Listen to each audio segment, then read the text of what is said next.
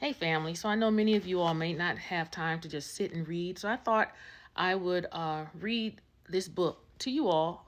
Each day I'm going to read a chapter of it. I've never read it before, but it's by Joyce Reed and it's called Hurt. Used to live here.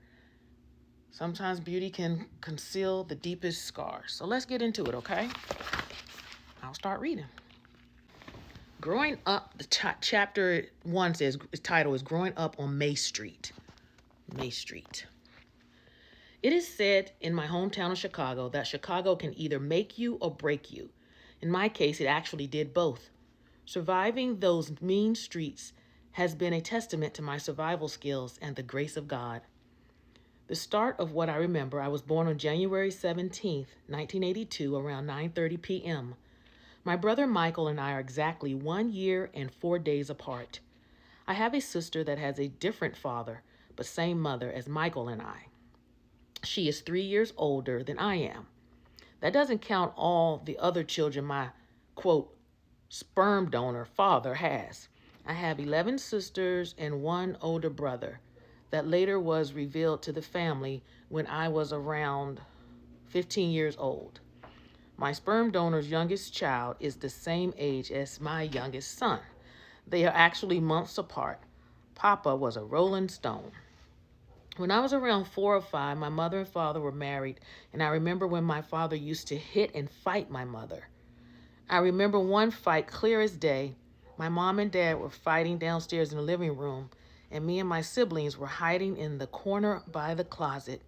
We were on the floor, cuddled up, as we cried and held each other in fear. All I can remember was my dad was chasing my mom around the house, threatening to hurt her, and she ran and ran until he eventually caught up to her and beat her continuously. Me and my brother and my sister all ran in a corner and held each other and screamed until it was over. I can't remember how it really ended because I was so young. I think I was like 5 years old when this happened. Thankfully, my mom ended up leaving him after that. Wow, this is a good book already, ain't it, y'all? My God. All right. My mom got a divorce and ended up meeting this man named Billy years later. After her and my dad got divorced, and we didn't like him because he used to wait until my mother would go to work and try to discipline us. He would whip us for no reason and make up lies to my mom as to why he had to whip us that day. I remember having to sit on the couch downstairs in the living room for hours and hours, holding hands with my brother and sister. We were not allowed to do anything while my mother was gone. Billy just made us sit on the couch until it was time to go to bed. If we argued or fought, it was his cue to beat us. Man, it was like he couldn't wait until we did something to whoop us. He sometimes did it just because, or when he was angry with my mom. I was tired of getting beat for no reason, and no one would ever listen to us. So one day, I packed my things and I left the house. I was so little, I had to be around 6 or 7 years old. I knew my cousin stayed close, so I tried to walk to her house, which was right across the alley. I didn't even make it up the back stairs before he was right there, and he whipped me continuously until my mother came home from work. He left whips and marks all over my.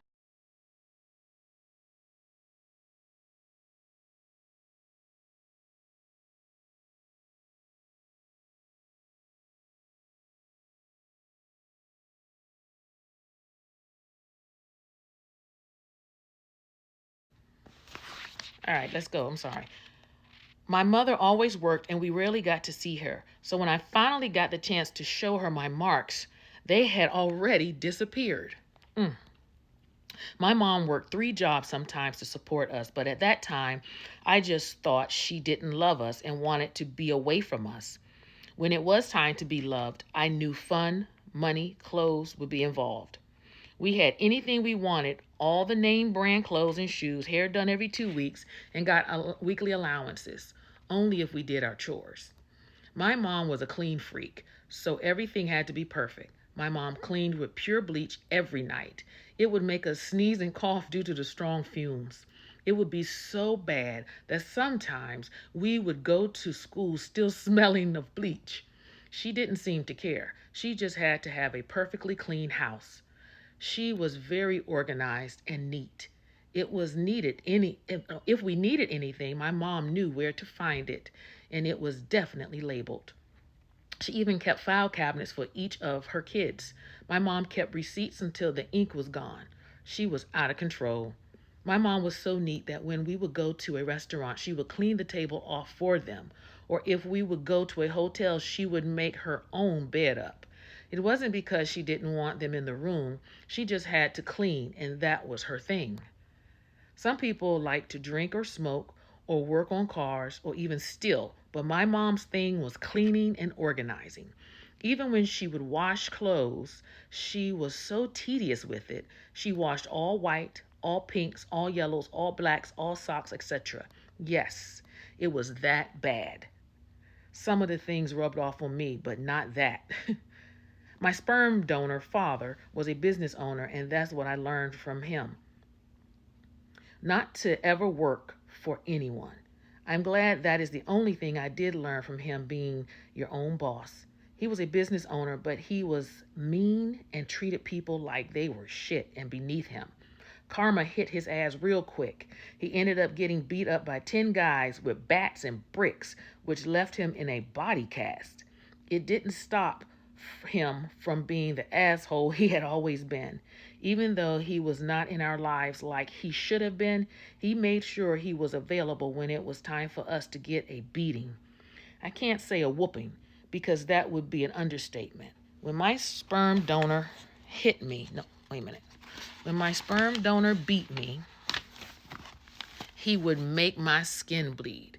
Is that normal? Is someone going to say something to him? I could feel my skin burning as I got in the shower. Eventually, the marks would heal and leave dark circled marks on my body, but I knew I would get beat more if I told someone. Side job. To keep active and out of trouble, my brother and I came up with a great idea. On this side, we will make extra money by smashing cans. My mom eventually supported the idea and got us a can smasher that was nailed to the wall in the kitchen in the basement where we lived on May Street. We had an extra $5 a piece, and we split that a week, and we used to split that between us. We headed straight to the candy store and ate it all up.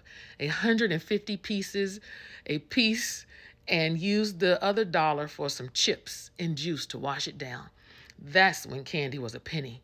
I suffered later in life with cavities, but at the time, that what child cares about cavities or worrying about eating too much candy?